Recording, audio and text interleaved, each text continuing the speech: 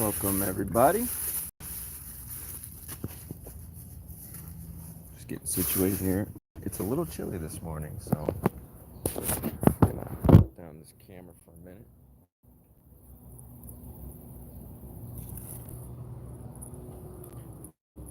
I'm gonna let Goose out.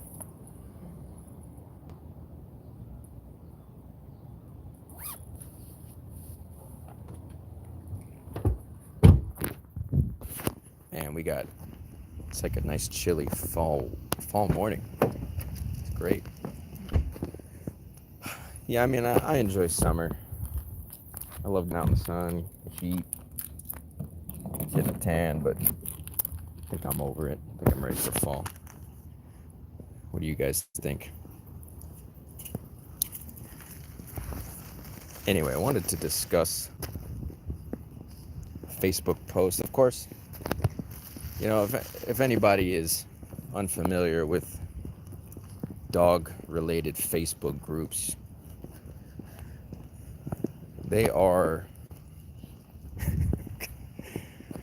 oh my God, they are very chaotic environments. A lot of hate, a lot of betrayal, a lot of fighting. You know, of course, there's always a part of me that loves battling ideas. These groups are such a mess because it's a breeding ground for, well, a lot of scamming and spamming happens in these groups, but a lot of virtue signaling, a lot of people that just love to talk. Of course, it's always the force-free versus the balanced people. You know, it never ends. There was a post this morning, you know, because I really don't pop into the group much anymore because it gets exhausting, and I'm over it. And it's funny. I think one of the moderators actually, they denied my post regarding the dog food. I hadn't posted a video in this group in a long time, but I was trying to maybe, you know, if there's anybody in that group that feeds their dog that kinetic dog food, I was trying to warn them.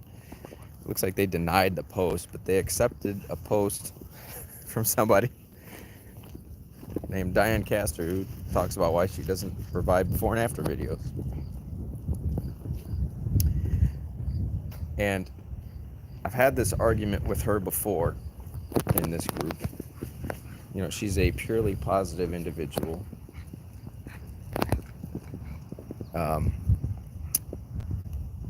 And the last time I was trying to get her to provide evidence of her claims, she dodged the issue and decided to post a video of her with a deer. And of course, when I pressed her on this, I was like, "What? Well, wait a minute. You're completely avoiding this. Why are you not actually providing the evidence people are requesting?" It was a total non sequitur. It's like, well, I'll just post I just wanted to post something positive. I wanted to post a video of me petting a deer.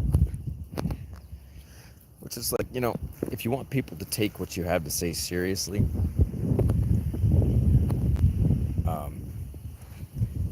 you know, I don't understand people in this dog industry that think that not providing any evidence to back up the shit they say is acceptable. But so you hear this narrative commonly in the positive, on the force-free side of things, where they'll say, well, we just don't believe in, and she put this on her website, we just don't believe in putting dogs in positions where they show those problem behaviors. Well, you don't have to put a dog in a compromising position to show the issues you're experiencing with the dog. I mean, how many people simply just walk out their front door with the dog and maybe see the dog sees a person 100 feet away, starts losing their shit, or sees a dog or something, or you don't have to put a dog in a bad position to get that. People experience it every day. So to say that, well, now I'll probably actually repost this video because I think it's absolute horseshit. But she had said in this video she posted that well, I don't believe in posting before and after videos, and I don't care about them because, these trainers talk about how, if she was basically saying, well, if the dog is this living thing, then there is no after, right? The training never stops, basically. The work never stops, which is absolute bullshit, right? So I commented, I was like, well, I have plenty of befores and afters on my channel, like what, and as well as client testimony, whatever. Well, why can't you? And there are other people. Seemed like the majority of people that commented were saying the same thing, like why this doesn't make, what you said doesn't make any sense. You should be able to post progress.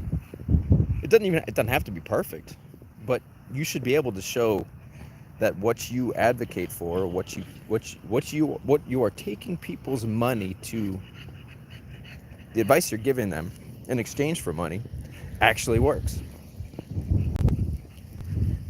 And so I don't understand these people that think that, well, we don't have to show any proof that what we say or what we promote is effective. And I said, well, can you think of any other profession where that would be acceptable? Would you go to a financial advisor who couldn't show you any track record of success with other clients? Would you trust that person with your money? No. Would you go to a personal trainer who was in poor physical shape themselves, claim that they knew more than everybody else, but they don't have a single successful client that would advocate for the change that they were able to provide for them? No. What other profession can you think of where that logic would fly? Especially considering that this is an unregulated industry. There's no licensing, there's no certifications. So all people have to go off of in this industry is client testimony and the proof that what you say isn't bullshit. So to make the claim that there is no before and after, there is no after, means what you say is not effective. What's up, OT? Good morning, man. Thanks for joining. Discussing a Facebook post this morning. I don't know OT, if you're familiar with any of these like ridiculous dog-related Facebook groups. They are they're just like, they're insane, man. But there was this woman that posted, I've argued with her before, but she's like a force-free individual who does not believe in posting before and afters because she makes the claim that, well, we don't put dogs in compromising positions to show people their problem behavior. But now she's making the claim. Oh yeah, good OT. I'm all for that. I don't even have an X account. The only reason I have a Facebook is just to repost my videos. I don't use it for anything else really. But if anybody who sees this video contacts somebody, if they need help with their dog, and this person tries to sell them on this idea that, well, we don't believe in before and after video, or we don't have any client testimony, or we don't have any proof to back up whatever it is we claim, I'd be very suspicious. I wouldn't hire that person. Now, the things I agree with this person on, which I find it interesting because when I called her, because she's talking about how people, like the balance folks, they'll use e-collars, prong collars, whatever, and then she'll claim that the instruction that they'll leave the owner is how to continue the use of these tools. Well, yeah, I would agree with that, but that's also a shit trainer. If the person you pay X amount of dollars to help you with your dog cannot give you a roadmap on how to successfully change or make the necessary change that you're looking for, with the end goal being, let's take the fucking tools off, then I would question what they promote.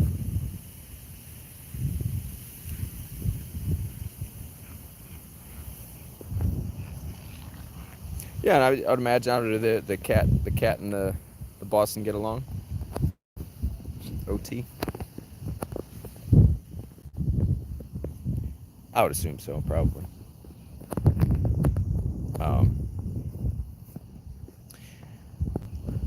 But it's something I've heard more than once now, where people, they make this claim that, well, there isn't, you can't show an after because, you know, the dog is a living thing, and you know, there's always going to be ups and downs. No. But that, what I found interesting was she made the contradictory statement where she says, well, I use body language and tone of voice and hand cues and body positioning or whatever to communicate to the dog. I said, well, okay, well, I do the same shit. But then she says, well, I use verbal cues like stop and wait and leave it, but I don't focus on changing a dog's behavior.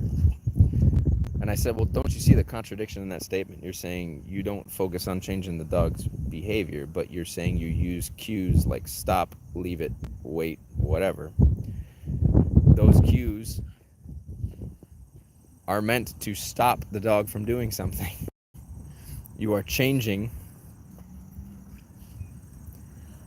You're trying to change what the action the dog is about to take, right?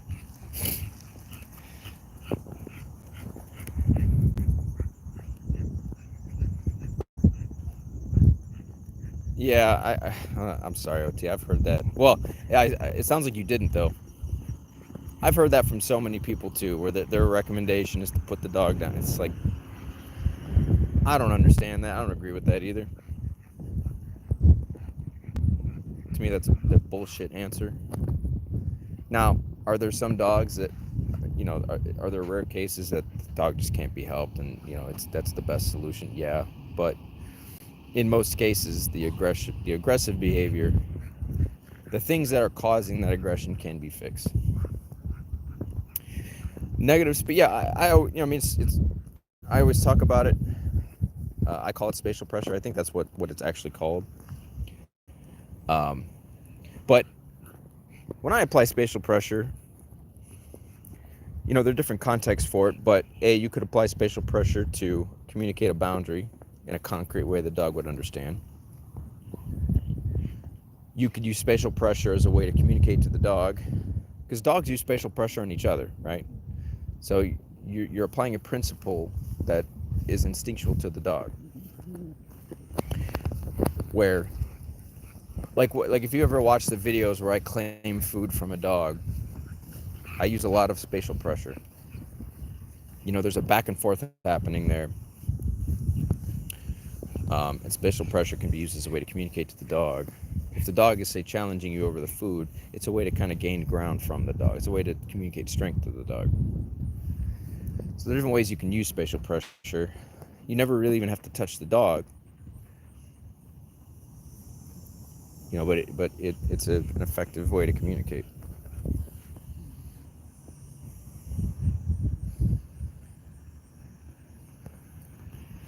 That's good, man. It's a good track record. Now, I assume this is the same dog that gets along with the cat now.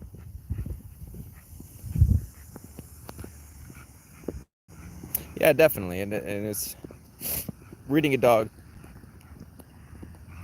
You know, once you know what you're looking at, it becomes pretty easy. But there is a lot of bad information out there, or misconceptions. Like, for instance, people that think that when a dog's wagging its tail, it means it's happy. No, not all tail wagging is the same thing. You'll see many many cases where a dog bites somebody, and before it does it, the tail's wagging. It's just, what is the tail communicating? But you have to read the totality. Well, like, what is the totality of the body language the dog's giving you? The tail is just one indicator, right? Oh, I got you. Oh, okay, so the cat don't live with you no more.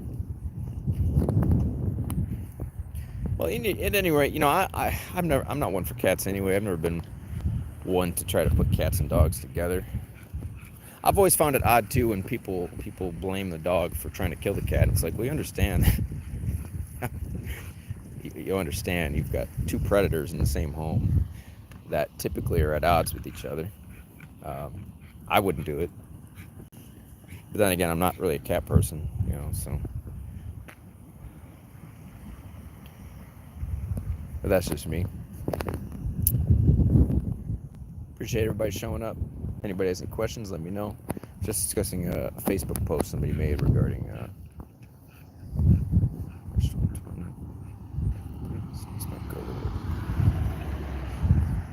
not a bad way to spend your time, especially if you weren't able to work or anything like that, you know.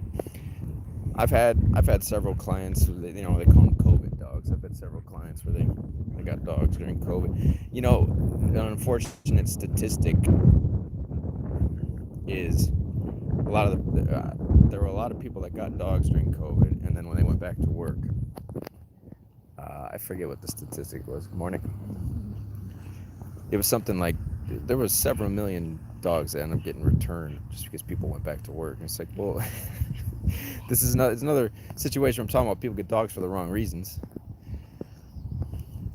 you know, and then it's like, well, going back to work, just don't need the dog anymore. And it's like, well, did you not have the foresight to maybe expect you would return to work at some point?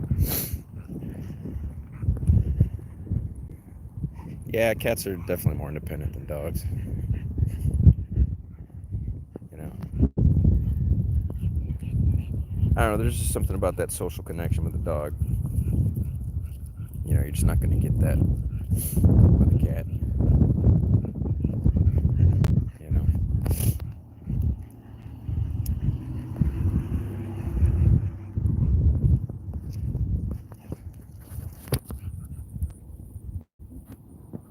But, you know, dogs are a lot of work, you know. At least at first. You know, once you reach the top of the mountain, life is easy.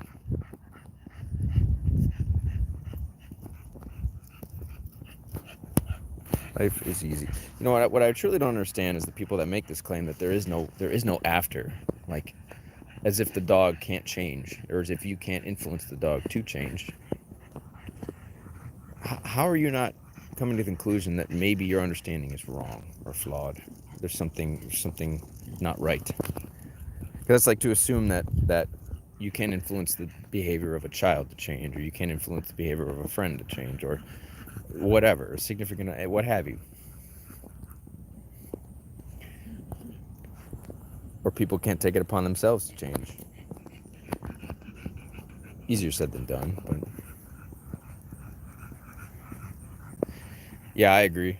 When I got my first two dogs, you know, I never had a dog before, and I had already made the commitment. You know, I said when I sign those papers, that's a life contract, and it was. You know, I saw it to the end. 13 years. It'll be same with Goose. You know, however long she lives.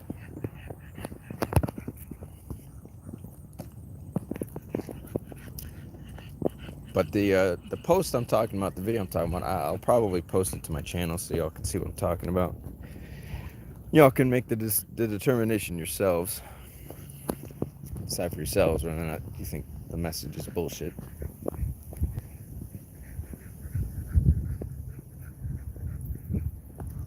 Right. Exactly. Yeah, to say that, oh, I have this dog that does X thing, and I take the necessary steps to influence the dog correctly, and now the dog no longer does X thing for the, you know, the remainder of its life, then to say that there is no after it's asinine. So I actually shared the live stream we did the other day downtown. I said, this is what the after looks like. Like, if you can't reach a place where you can do this with your dog. Now, mind you, I don't know, if you're new to my channel, like, I've only had Goose since last October. And when I got her, you know, she came from a home with 12 dogs. And the foster told me that she refuses to walk. You know, every time I try to put her outside, she just tries to run back in the house. She's having house training issues because she won't go outside. So she was peeing in the house, pooping in the house. She was telling me that, I guess, Goose would get anxious and kind of like cry out. And then she's like, yeah, I don't know. She like hoards the toys. And then she's been lunging at dogs' faces. And of course, that actually really piqued my interest. I'm like, okay, I want to see that.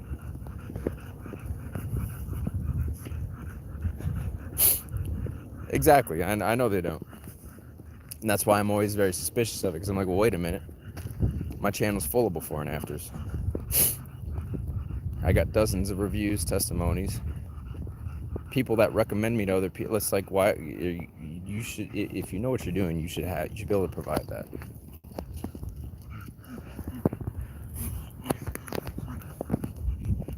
That's why I love these live streams, though, because here's the proof right here. Here's the after. This is what it should look like. Or like the stream I did where I had Grizz and Goose off leash at the same time, and Grizz being one of my my client's dogs. The work's already done. That the Grizz is a good example of a before and after.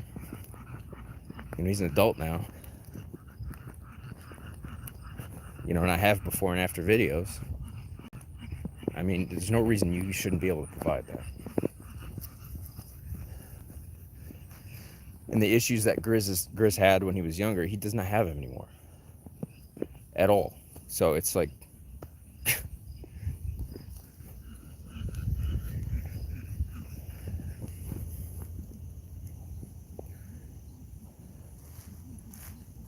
yeah, it's you know, in that way they're similar to people. It's like when they understand, yeah, you are a strong leader, you're consistent, you're emotionally stable, you provide the things they need, structure, boundaries, discipline, in the right way. Your communication is, you know, effective, and you communicate in the correct way. That provides a level of security to the dog, right? And yeah, you produce a calm, balanced dog in the end. Just like you would produce the same type. It's like on my channel, if anybody has ever, I have a series called The Rise of Aggressive Behavior, or the parallels between the rise in aggressive behavior in children and dogs. And I think it's the first video. No, I think it's the second video, actually, where I talk about the role of influence. And there's studies, I provided a study in that video where they talked about how the authoritative parenting style produced the best outcome or produced the best type of children as far as like their attitude, their level of success, and it produced the best, most well-balanced dogs. Interesting that there's that overlap.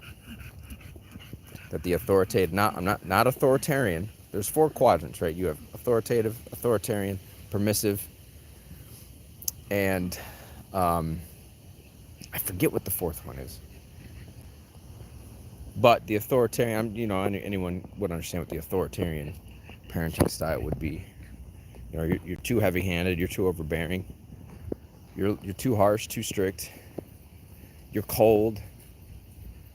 You know, permissive, we all know what permissive is. But the authoritative is like the happy medium, where you are consistent with establishing boundaries, rules, expectations, but you're also warm and inviting. You know, there's like, you clearly love and care for the dog or animal, what have you, but you hold them to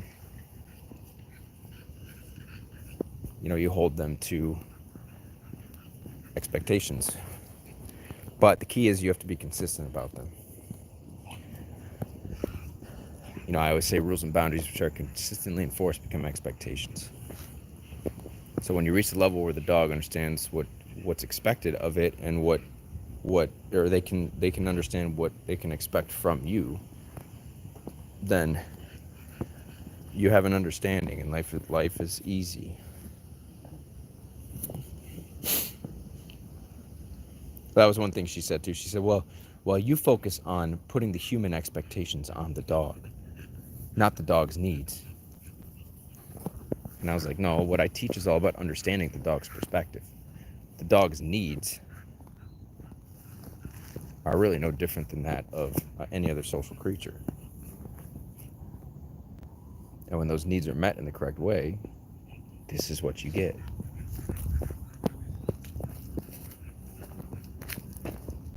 But these are also people that can't provide a single video of anything like this. And this ain't Grey Goose. Like I wish I had more footage of my previous two dogs when we used to walk. That was back before. Shit, I didn't get a smartphone until. Fuck. I don't know. What year was it? 2019? 2018? I didn't had a flip phone for the majority of my dog's life, so I didn't really record anything. I didn't get like a camera. Shit, when did I get my camera? I don't remember, but I do have footage on my camera, stuff I haven't used yet. But I wish I had done this more with my previous dogs, so I could show what the other two dogs look like. It was really no different. No different than this. No leash, no collar, off leash, in public. We did the same shit.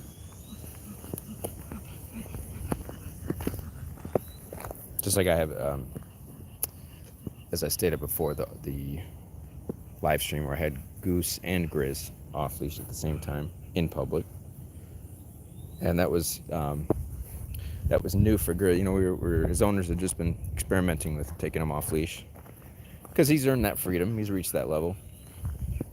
That's the after that people claim don't exist, and he did great. So, anytime he stays here now, we're just gonna go off leash, which he'll be staying here in September. So there'll be more off leash stuff coming soon with Grizz and Goose. So you can look forward to that. Appreciate everybody showing up. If you have any questions, let me know. Just discussing a Facebook post of a force-free, purely positive individual who claims they do not provide or care about before and after videos because, well, there is never an after.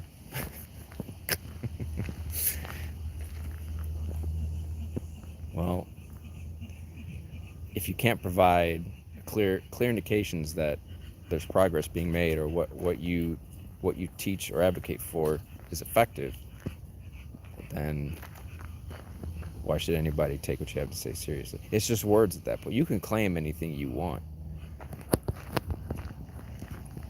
and that's what I told her the last response she gave me. I said, well, listen, all of what you claim you have to do to change the dog, I said, it's just words on paper. If you can't back it up with any kind of proof, then it's just talk. Right, Goose? It's just talk, girl. It's just talk. It's just talk. Yeah, it's just talk.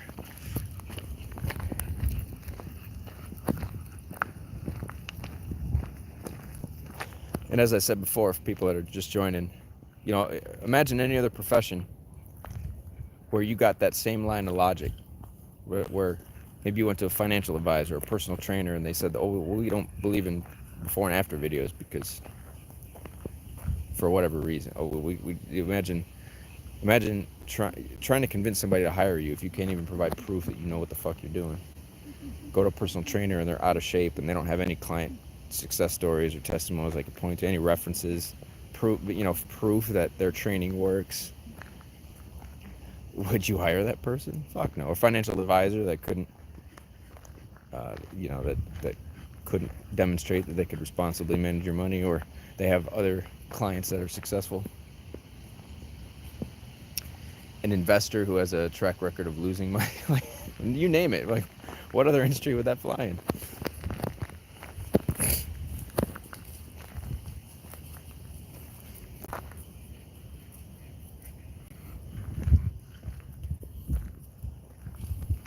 And I don't see why at any level, why it'd be detrimental to the dog to just record what you're doing, right? You know, like when I do in-home sessions, you know, as soon as I show up, the dogs are usually displaying the behavior or the issues that the owner needs help with. So it's like if I would just walk in the door and they've already agreed to record the session, well, we can get it all on video. We're not putting the dog in a compromising position because it's just something the dog just naturally does all the time, right? It's just a bullshit excuse.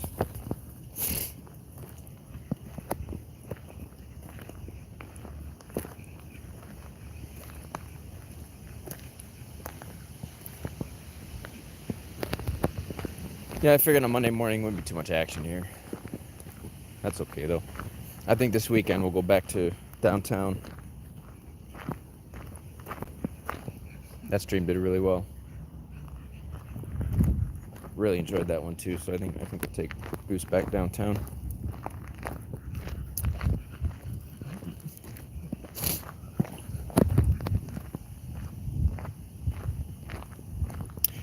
But you have to also understand these are people that they approach everything from this lens of emotions. It's all emotional. She had said, "Oh, we're so similar to the dog because we communicate the same way and we experience the same emotions." And you know, this person's all about neurochemistry and the neuroscience of the dog. It's like, well,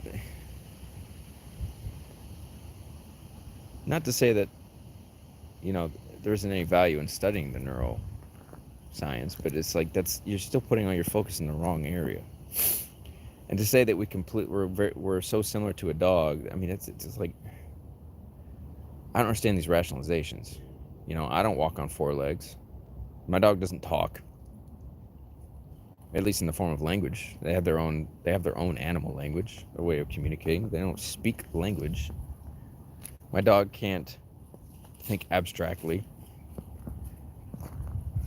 My dog, I doubt dogs are introspective on any level. But, you know, dogs are very much in the moment, reactionary creatures. They're impulsive creatures. They just live moment to moment and they react to things. Right?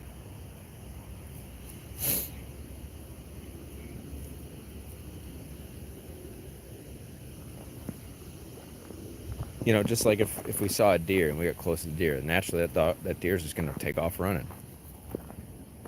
Was the deer thinking about taking off running before I showed up? No, it probably was eating some grass or something, some plants.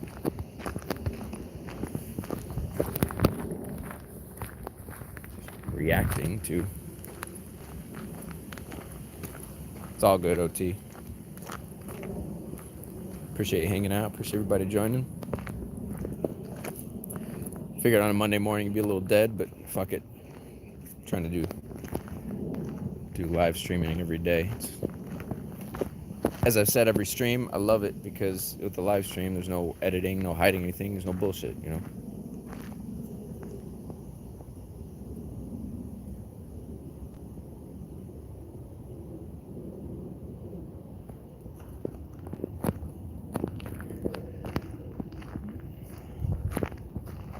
Right, girl?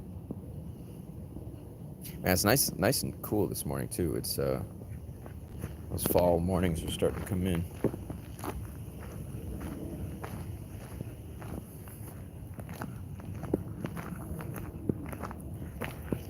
Yeah, whatever you want, OT. That's what you want them to do. The expectation you hold them to, then you know.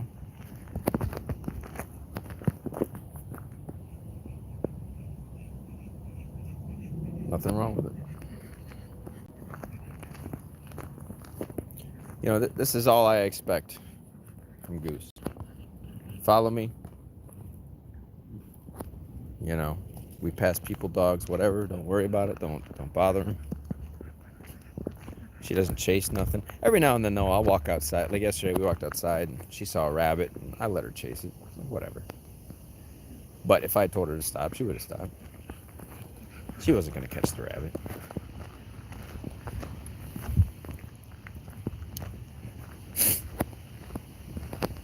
It's just like, whatever, you know.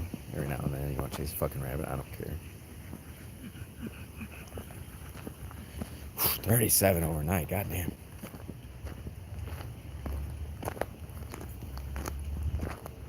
It's amazing how you get those dramatic temperature changes in the same area. It's crazy. Crazy. Anyway, appreciate everybody joining. If I think I pretty much said what I need to say about the topic, so just join in. I'll just go back to the beginning of the stream. Just talking about the force-free people and their interesting narratives. I always find it interesting. It always comes from the force-free people, though. They can't show anything. They talk a lot. That's why I think it's all ideology driven. You know, we have to keep the idea. The cognitive dissonance is strong. You know, so we have to make up these excuses in order to protect our ideology.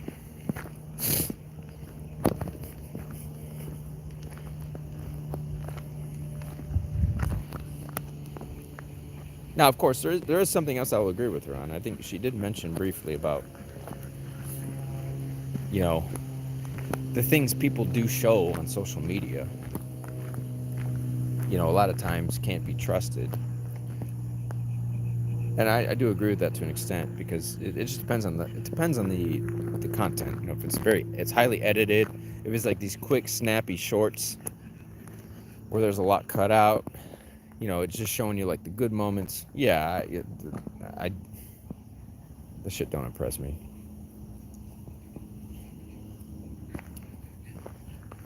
But what else? She said one other thing in regards to that. She's talking about if you put your dog in a heel, which I don't give a fuck about heel. I've never trained my dogs to heel. I don't care about that. She was saying that your dog goes into heel, it's causing serious emotional distress in the dog, because now the dog's being forced to heel when it wants to do something else. Like, listen. On some level, I understand what you're saying, but to say that's true for every dog is kind of ridiculous. To say that just because you tell your dog, see, here's I don't understand the contradiction when you make that statement, but then you say, well, I give cues to my dog, like stop, leave it, and wait. Well, then when you're stopping the dog from doing something it wants to do, how are you not doing the same thing?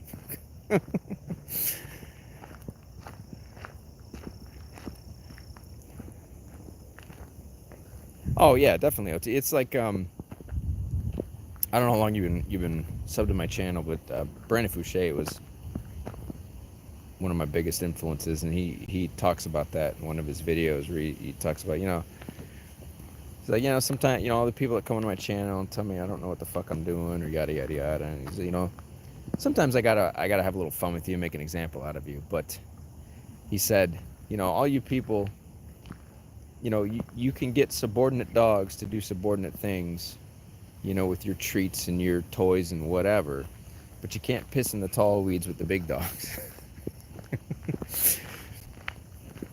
And that's true. That's why you'll never see any of these people with an aggressive dog, or like a dangerous dog. That's where the excuses come in. They say, oh, well, we don't believe in putting dogs in those compromising positions. Well, no, why don't you just tell the truth? Just tell the truth. You don't work with these dogs, and you can't help these dogs.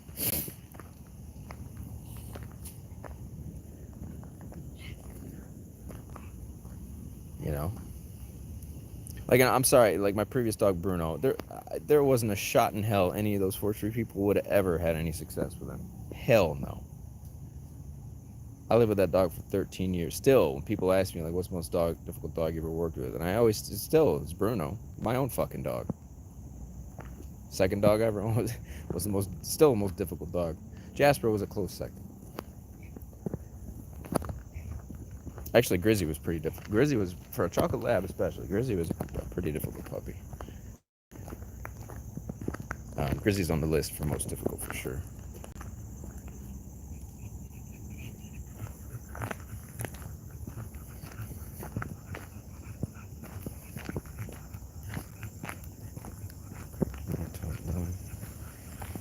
I remember first 2 hours of the course. Yeah, you're establishing the boundaries right away. Definitely. Right, no T, that puts you in the position of you are the one establishing those rules, those boundaries, giving that direction. You are asserting the dominance over the two of them. So that naturally puts you in that position of I'm in charge here. Right. I had to do the same thing when I adopted Bruno because he was trying to. I don't know if you ever heard the story. I've only told it a couple times on my channel, OT, but when I first adopted Bruno, I already had Kaylee for 6 months. When I brought him home, the first thing he did, I put a bowl of food down in front of him because I was trying to establish to him that the food's mine and he needs to wait for it. First thing he did when I put the bowls down is he looked over at Kaylee and growled at her. So I let him know right there, like, no, shit ain't gonna fly. So he stopped. And then he ate. I've never seen a dog eat so, man, he swallowed that turkey neck so fucking quick. But then he went over and tried to take the turkey neck out of her mouth. So I had to get it out of his mouth. Now, if I was afraid of him, I wouldn't have been able to do that. But I took the turkey neck out of his mouth, gave it back to Kaylee, and then I had to block her from him getting back to her. Well, he didn't like that, so then he went to try to pee on my bed. So I had to let him know that shit was unacceptable. That was the only time he'd ever tried to pee on my bed, and it was the only time he ever tried to take food out of Kaylee's mouth. Well, here's why I call it dominance, OTs, because if we look at the definition, power and influence over others, you asserting yourself in that way, you are influencing the dog in a strong way, thereby giving you power over. Right? So let's flip it. Let's say you brought the dog home and either the Boston or the Corso began asserting itself over the other dog and you. Now the dog would be asserting dominance over the two of you, but you were the one to do it over the two of them.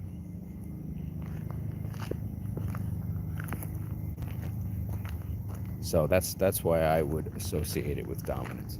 Now, you don't have to yell to assert dominance. You can just be very assertive.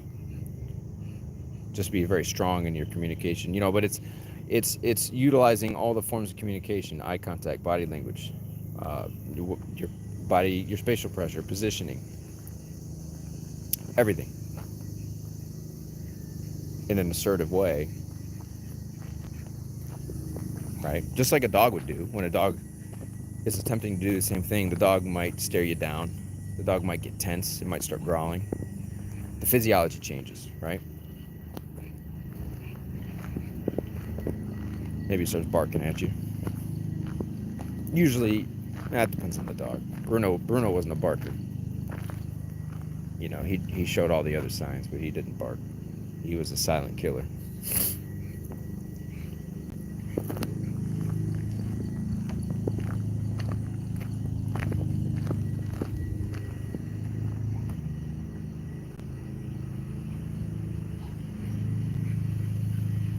I guess this is like the question is this the life you want with your dog? Like, do you want to be able to take your dog anywhere? You don't even have to have a collar on it, no leash, nothing. And the dog just listens. The dog doesn't cause problems. Everything that comes in the environment, the dog is not going to impulsively chase it or bark at or whatever. Right? That's what I want. That's what I got. if you can't produce that result, not to say every owner needs that result, but if you can at least get it to the point where your owner has no issues with their dog, or very minimal, it depends on the owner. Not every owner's gonna be able to execute everything perfectly, but that person can walk the dog on the leash, no problems. You can be in public, the dog's not causing problems.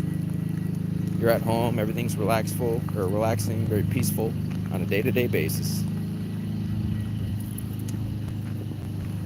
Yeah, isn't that what you want? Right? Life is easy. Life is easy, that smooth. Yeah, definitely, OT. And I don't recommend yelling at all. Yeah, just very serious, assertive, strong. Definitely. I always say calm and assertive. That's the happy medium right there. What's up, Carlos? Appreciate you joining, man.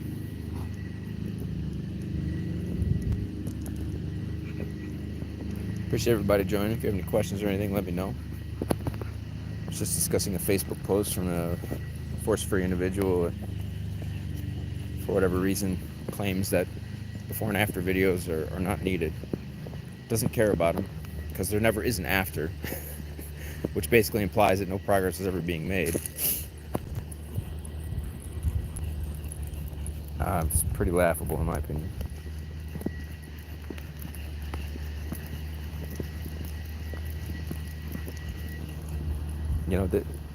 This is my end result. Pretty happy with it. This is the after. I always say this is I had a leash and collar on Goose for about 2 days when I got her. Took the leash and collar off after 2 days. That's all she needed.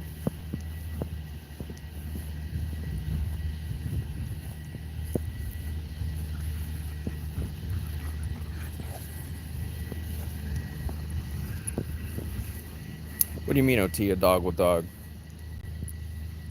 Sit down. Explain what you mean. But what I would say is I think people focus too much on the sit down, come stay, and it's superficial. I even have people call me like they want obedience. They want, I want to teach my dog how to sit down, heel, whatever. And I say, well, listen, let's not focus on that because you're putting your focus in the wrong area. Because true obedience comes from building respect in the eyes of the dog to you. You're laying a foundation of a high level of respect. The obedience just comes with it. You don't need to teach sit down, come stay. You're wasting your time. Especially since most people do that with treats, and it's like we don't even need to do that. I've never trained Goose to sit down, come stay, whatever. I never needed to. I didn't do that to my other dogs either. It's a byproduct. Right? True obedience comes from the relationship dynamic you establish with the dog. Exactly, and that's the majority of what they do. You're right. And this same woman, I had posted videos of an Australian Shepherd I worked with named Cooper. Cooper was a very difficult dog on the leash, and in difficult cases, my last resort is a halty. I don't use prongs, whatever. And they were walking them on a harness. I think they even said they tried a prong, but nothing was working. So I said, well, usually my first move is to go back to a leash and collar, because usually, 9 out of 10 times, that solves the problem, because people just need to know how to use the leash correctly. But Cooper's one of those dogs that, even on the collar, man, he was just so forward moving, so intense. I was like, all right, let's get him on a halty. And you can see those videos. I have those videos posted. I mean, Cooper did so fucking well in a halty. And his owners even, I'm still friends with them on Facebook. They still post pictures and videos. I mean, they're doing great. Cooper's doing great.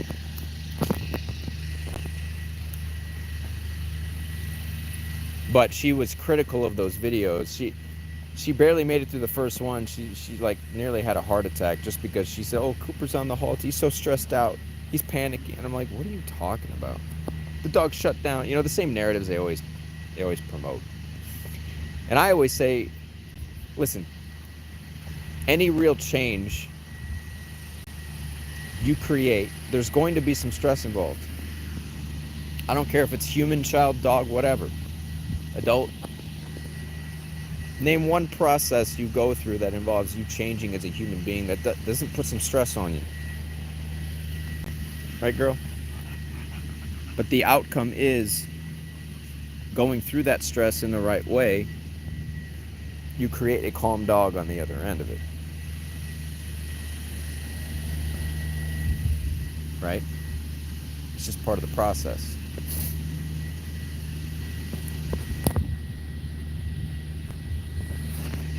Oh, you don't like that noise? Come on, girl. Oh yeah, we parked. Shit, we parked. We didn't park over here anyway. We parked down by the lake, girlfriend.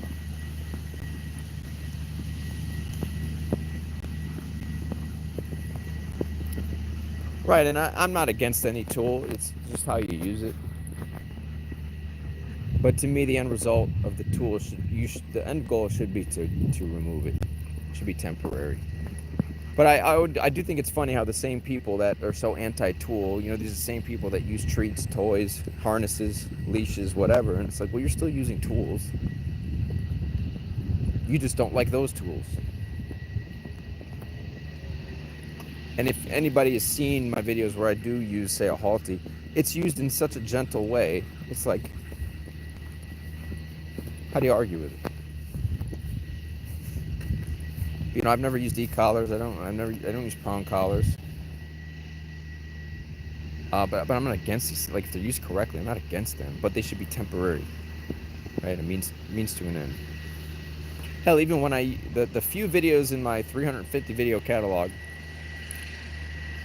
I've only used food in maybe 3 videos, and when I use the food, it's phased out so fucking fast. Like, I use it once or twice and then it's gone.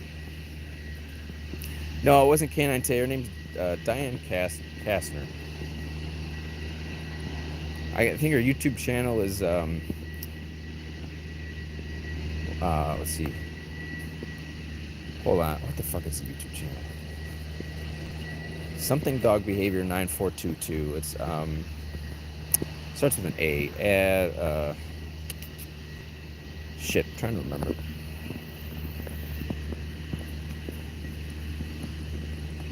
Advantage? No, I don't think it's Advantage. Yeah, so I'm gonna tag her in this video, I think, after we're done, so you'll see it.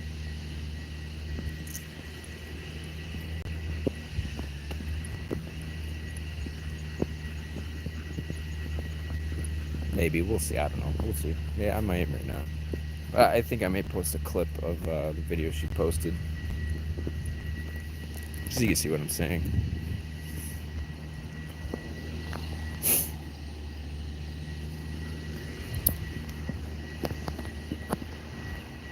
These are the same people, though, when you say the word dominance, they lose their shit. Like, I've had that debate with her, and she's just, oh, no, the dog's not following you because of dominance. The dog's not it's like, well...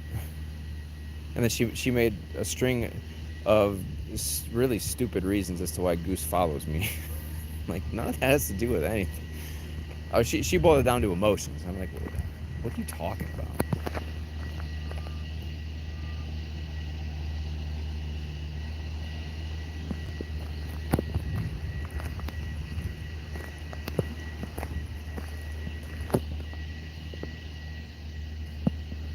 Right, girl?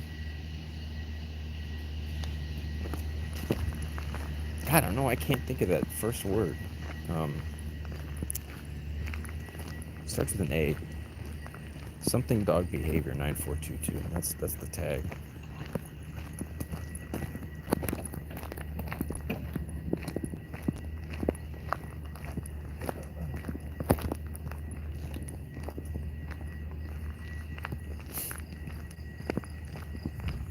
Anyway, anybody joining? Appreciate you joining.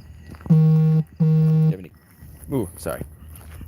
Had a lead needed to respond to. Someone needs help with their dogs. Had to respond to them real quick. Anyway, appreciate everybody joining.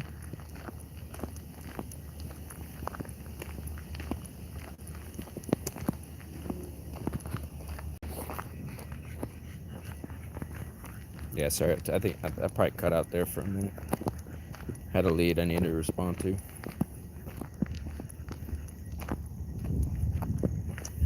Right, girl?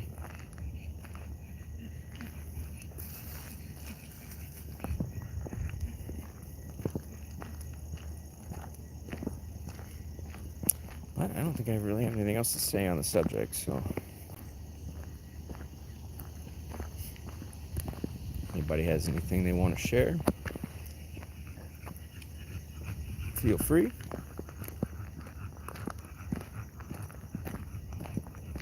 Appreciate everybody joining.